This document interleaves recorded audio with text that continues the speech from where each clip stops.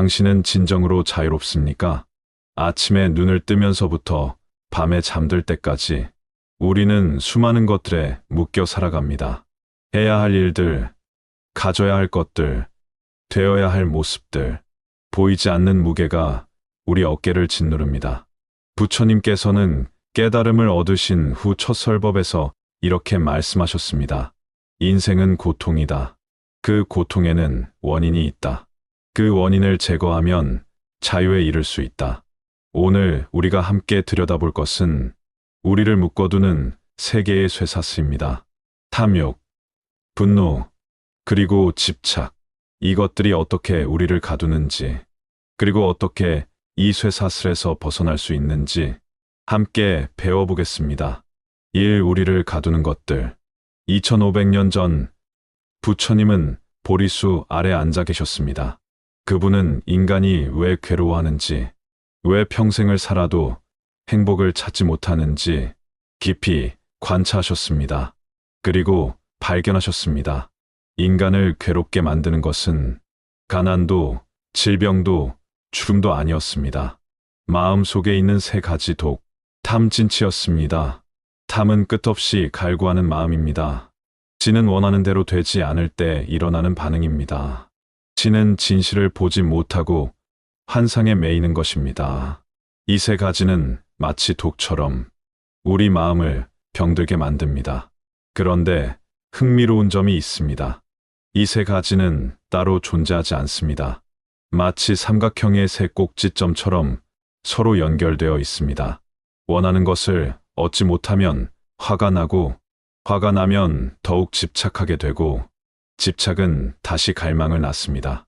끝없는 악순환.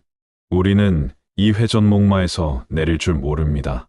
이 탐욕 끝없는 목마름, 결코 채워지지 않는 갈증. 한 청년이 부처님을 찾아왔습니다. 그는 성공한 상인이었지만 얼굴에는 피로가 가득했습니다. 부처님, 저는 돈을 많이 벌었습니다. 하지만 왜 마음이 편하지 않을까요? 부처님께서는 물 한 잔을 청년 앞에 놓으며 물었습니다. 이 물을 마시면 목마름이 해소되는가? 그렇습니다. 그렇다면 소금물을 마시면 어떻게 되는가? 청년은 잠시 생각하더니 대답했습니다. 더 갈증이 날 것입니다. 부처님께서 미소 지으셨습니다. 탐욕이 바로 그 소금물이다. 우리 시대를 살아가는 사람들을 보세요. 첫 직장에 들어갈 때는 그것만으로도 감사했습니다. 하지만 시간이 지나면 승진을 원하게 됩니다. 대리가 되면 과장을, 과장이 되면 부장을 바라봅니다. 집도 마찬가지입니다. 원룸에서 투룸으로, 투룸에서 아파트로, 아파트에서 더 큰 평수로. 끝이 없습니다. 탐욕의 정체, 탐욕의 교묘한 점은 스스로를 정당화한다는 것입니다. 가족을 위해서야, 안정적인 노후를 위해서야, 아이들 교육을 위해서야. 하지만 정직하게 들여다보면 대부분은 불안에서 비롯됩니다. 충분히 가지지 못하면 불안하고, 남보다 적게 가지면 초라하고, 미래가 보장되지 않으면 두렵습니다. 이 불안이 탐욕을 만듭니다. 충분함이라는 지혜. 부처님의 제자 중 마하가섭이라는 분이 계셨습니다. 그분은 왕족 출신이었지만 출가한 후에는 오직 세 벌의 옷만 갖추셨습니다. 누군가 물었습니다. 더 필요한 것은 없습니까? 마하가섭은 대답했습니다. 입을 옷이 있고, 먹을 음식이 있고, 잠잘 곳이 있습니다. 이보다 더 필요한 것이 무엇입니까? 충분함을 아는 것. 이것이 탐욕에서 벗어나는 첫걸음입니다. 지금 이 순간 자신에게 물어보세요. 정말로 부족한가? 아니면 그냥 더 원하는 것뿐인가? 삼분노 스스로를 삼키는 불길. 화는 누구를 벌하는가? 어느 마을에 한 농부가 살고 있었습니다. 이웃 사람이 그의 밭 경계를 침범하여 작물을 망쳐버렸습니다. 농부는 너무나 화가 나서 밤낮으로 복수할 생각만 했습니다. 저 사람을 반드시 벌을 줘야 해. 어떻게 저럴 수가 있어? 그는 잠도 제대로 자지 못했고 음식도 목으로 넘어가지 않았습니다. 온 마음이 분노로 가득 차 일도 손에 잡히지 않았습니다. 그러던 어느 날, 그는 부처님을 만났습니다. 부처님께서 물으셨습니다. 그대의 얼굴이 왜 그리 어두운가? 농부가 모든 사정을 이야기하자 부처님께서 조용히 말씀하셨습니다. 뜨거운 숯을 손에 쥐고 남에게 던지려 하는 사람이 있다면 가장 먼저 타는 것은 누구의 손이겠는가? 농부는 그제야 깨달았습니다. 분노로 가장 고통받고 있는 사람은 이웃이 아니라 바로 자기 자신이었다는 것을. 화를 내면서 우리는 착각합니다. 상대방을 벌하고 있다고. 하지만 진실은 다릅니다. 화를 내는 동안 가장 고통받는 사람은 바로 나 자신입니다. 분노의 뿌리, 왜 우리는 화를 낼까요? 부처님께서는 말씀하셨습니다. 분노는 기대가 무너질 때 일어난다. 상대가 내 기대대로 행동하지 않을 때, 세상이 내 뜻대로 되지 않을 때, 내 계획이 어긋날 때, 우리는 화를 냅니다. 결국 분노의 뿌리는 세상이 내 뜻대로 되어야 한다는 교만한 생각입니다. 평온함이라는 선택. 어느 날 부처님께 한 남자가 찾아와 온갖 욕설을 퍼부었습니다. 제자들은 분노했지만 부처님은 조용히 앉아 계셨습니다. 남자가 욕을 다하고 떠난 후 제자들이 물었습니다. 스승님, 왜 아무 말씀도 하지 않으셨습니까? 부처님께서 대답하셨습니다. 누군가 선물을 가져왔는데 내가 받지 않으면 그 선물은 누구의 것이 되겠는가? 가져온 사람의 것입니다. 그렇다. 나는 그의 분노를 받지 않았다. 그러니 그것은 그의 것으로 돌아갔을 뿐이다. 화를 내는 것도 선택이고 평온함을 유지하는 것도 선택입니다. 오늘 누군가 당신을 화나게 한다면 그 분노라는 선물을 받지 않겠다고 선택해 보세요. 집착 움켜쥔 주먹, 놓지 못하는 손. 어느 부유한 상인이 부처님을 찾아왔습니다. 그의 손에는 금으로 만든 작은 상자가 들려 있었습니다. 부처님, 저는 평생 모은 재산을 이 상자에 담아 가지고 다닙니다. 잃을까봐 잠도 제대로 자지 못합니다. 부처님께서 물으셨습니다. 그 상자를 손에 든 채로 다른 일을 할 수 있는가? 할 수 없습니다. 늘 한 손은 이것을 붙잡고 있어야 합니다. 그렇다면 두 손으로 무언가를 받을 수 있는가? 상인은 고개를 저었습니다. 부처님께서 조용히 말씀하셨습니다. 그대는 그 상자를 지키고 있는 것이 아니라 그 상자에게 붙잡혀 있는 것이다. 놓아야 자유로워질 수 있다. 상인은 그제야 깨달았습니다. 자신이 평생 무엇을 움켜쥐고 살아왔는지를. 우리는 모두 무언가를 붙잡고 있습니다. 이미 지나간 과거를, 아직 오지 않은 미래를, 변할 수밖에 없는 관계를, 영원하지 않은 순간을, 집착이 만드는 고통. 부처님께서는 말씀하셨습니다. 세상의 모든 것은 무상하다. 생겨났다가 사라진다. 변하지 않는 것은 아무것도 없다. 하지만 우리는 이것을 받아들이지 못합니다.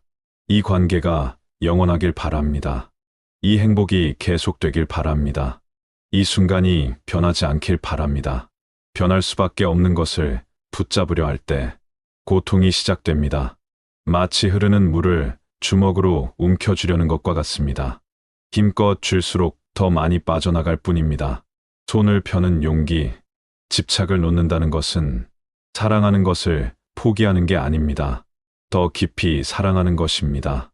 상대방을 소유물로 여기지 않고 독립된 존재로 존중하는 것, 행복을 붙잡으려 하지 않고 그저 경험하는 것, 순간을 영원히 하려 하지 않고 있는 그대로 받아들이는 것, 이것이 진정한 사랑이고 진정한 자유입니다. 부처님의 제자가 물었습니다. 모든 것을 놓아버리면 아무것도 남지 않지 않습니까? 부처님께서 대답하셨습니다. 주먹을 펴면 아무것도 없는 것이 아니라 모든 것을 담을 수 있게 된다. 오 자유로 가는 길, 알아차림의 힘. 그렇다면 어떻게 이 세 가지 족쇄에서 벗어날 수 있을까요? 부처님께서 가르쳐 주신 첫 번째 방법은 바로 알아차림입니다. 지금 이 순간 당신 마음에 무엇이 일어나고 있는지 그저 지켜보는 것입니다. 아, 지금 나는 욕심을 부리고 있구나.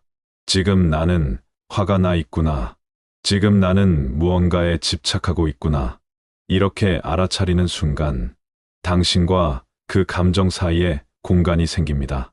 그 공간에서 당신은 선택할 수 있습니다. 그 감정에 휩쓸릴 것인가, 평화를 선택할 것인가. 호흡이라는 닷. 부처님께서는 항상 호흡으로 돌아오라고 가르치셨습니다. 마음이 과거로 달려갈 때, 마음이 미래로 불안해할 때, 마음이 욕망으로 들끓을 때, 호흡으로 돌아오세요. 들숨과 날숨을 느끼세요. 그것이 지금 이 순간으로 당신을 데려옵니다. 지금 이 순간에는 과거의 후회도 없고 미래의 불안도 없습니다. 오직 평화만이 있습니다. 자비라는 해독제. 부처님께서는 말씀하셨습니다.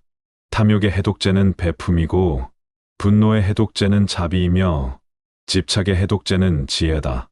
누군가에게 베풀 때 탐욕은 저절로 약해집니다. 누군가를 진심으로 이해하려 할 때 분노는 녹아내립니다. 모든 것이 무상함을 깨달을 때 집착은 풀어집니다. 6. 자유로운 삶. 자유로운 사람의 모습. 진정으로 자유로운 사람은 어떤 모습일까요? 많은 것을 가진 사람이 아닙니다. 적게 가져도 만족하는 사람입니다. 모든 것이 뜻대로 되는 사람이 아닙니다. 뜻대로 되지 않아도 평온한 사람입니다. 아무것도 잃을 것이 없는 사람이 아닙니다. 잃어도 흔들리지 않는 사람입니다.